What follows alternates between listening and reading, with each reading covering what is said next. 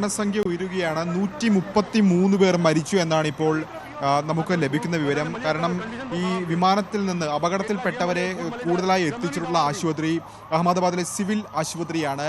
Civil ആശുപത്രി തന്നെയാണ് ഇപ്പോൾ സ്ഥിരീകരിച്ചിട്ടുള്ളത്. അതായത് 133 പേർ മരിച്ചു എന്ന് സിവിൽ ആശുപത്രി അധികൃതരാണ് സ്ഥിരീകരിച്ചിട്ടുള്ളത്. അത്തരത്തിൽ നമ്മൾ ആശങ്കപ്പെട്ടതുപോലെ, ദൃശ്യങ്ങളിൽ കണ്ടതുപോലെ അപകടത്തിൻ്റെ വ്യാപ്തി വളരെ വലുതാണ്. 133 പേർ മരിച്ചു എന്നാണ് ഇപ്പോൾ ഈ ഘട്ടത്തിൽ നമുക്ക് ലഭിക്കുന്ന വിവരങ്ങൾ. ഏതായാലും നിരവധി പേർ ചികിത്സയിലുണ്ട്. പലരുടെയും പരിക്ക് ഗുരുതരമായി പൊള്ളലേൽക്കുകയും ചെയ്തിട്ടുണ്ട്. അത്തരത്തിൽ ആശങ്കപ്പെടുത്തുന്ന വാർത്തകൾ തന്നെയാണ് അഹമ്മദാബാദിൽ നിന്ന് പുറത്തു വരുന്നത്. മാത്രവുമല്ല, ഈ അപകടത്തെ സംബന്ധിച്ച് അപകടം നടന്നത് അല്ലെങ്കിൽ ഈ വിമാനം ഇടിച്ചു കയറിയത് അവിടെയുള്ള ഒരു മെഡിക്കൽ കോളേജിൻ്റെ മെസ്സിലായിരുന്നു. BGM മെഡിക്കൽ കോളേജിൻ്റെ ഹോസ്റ്റലും മെസ്സും ഉൾപ്പെടുന്ന പ്രദേശത്തായിരുന്നു. അവിടെ ഈ അപകടം നടന്ന സ്ഥലത്തിൻ്റെ അല്ലെങ്കിൽ ആ കെട്ടിടത്തിൻ്റെ ഒക്കെ തന്നെ ദൃശ്യങ്ങൾ പുറത്തു വന്നിട്ടുണ്ട്. പലരും വിദ്യാർത്ഥികളൊക്കെ തന്നെ അവിടെ ഇരുന്ന് ഭക്ഷണം കഴിച്ചതിൻ്റെ ഭക്ഷണാവശിഷ്ടങ്ങളൊക്കെ തന്നെ കാണാം, പ്ലേറ്റുകൾ കാണാം.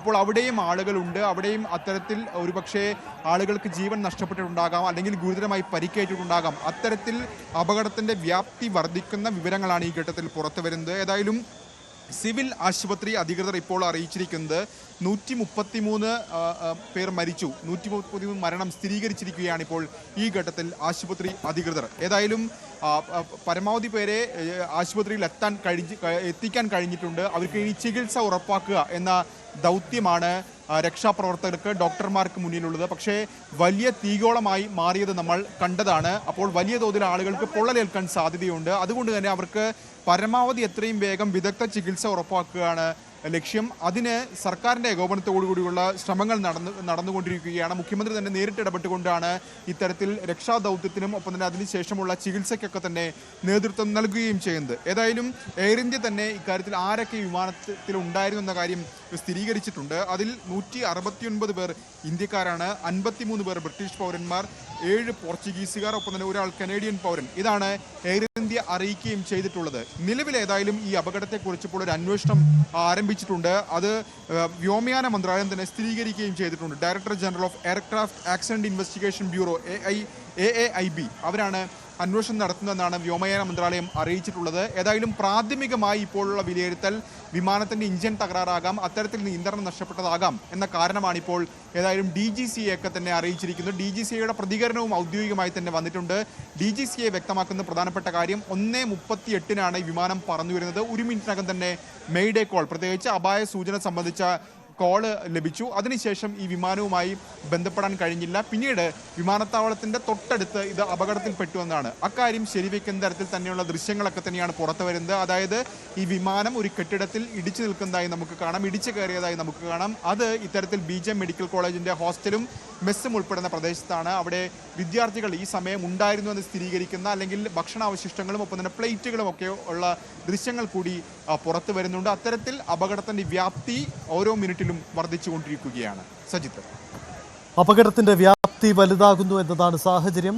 ഈ അപകടം 242 യാത്രക്കാർ, ഫ്ലൈറ്റിലുണ്ടായിരുന്ന യാത്രക്കാർ മാത്രമല്ല, ആ ബസ്സിലുണ്ടായിരുന്ന മെഡിക്കൽ സ്റ്റുഡൻസ് അടക്കം നിരവധി പേർ അപകടത്തിൽപ്പെട്ടിട്ടുണ്ടോ എന്ന വിവരങ്ങൾ കൂടി പുറത്തു വരുന്നുണ്ട്.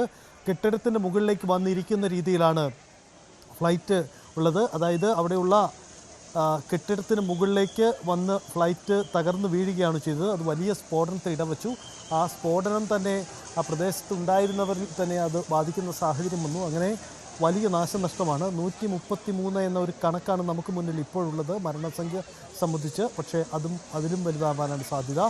2 NDRF ടീം ഓൾറെഡി ഇപ്പോൾ ആ സ്പോട്ടിൽ എത്തിക്കഴിഞ്ഞിട്ടുണ്ട്. 4 പേര് വന്നുകൊണ്ടിരിക്കുകയാണ്. അങ്ങനെ സർവ്വസജ്ജമായി നമ്മുടെ സംവിധാനങ്ങൾ അതിനൊപ്പം നടത്തുകയാണ്, മുന്നോട്ട് പോവുകയാണ്.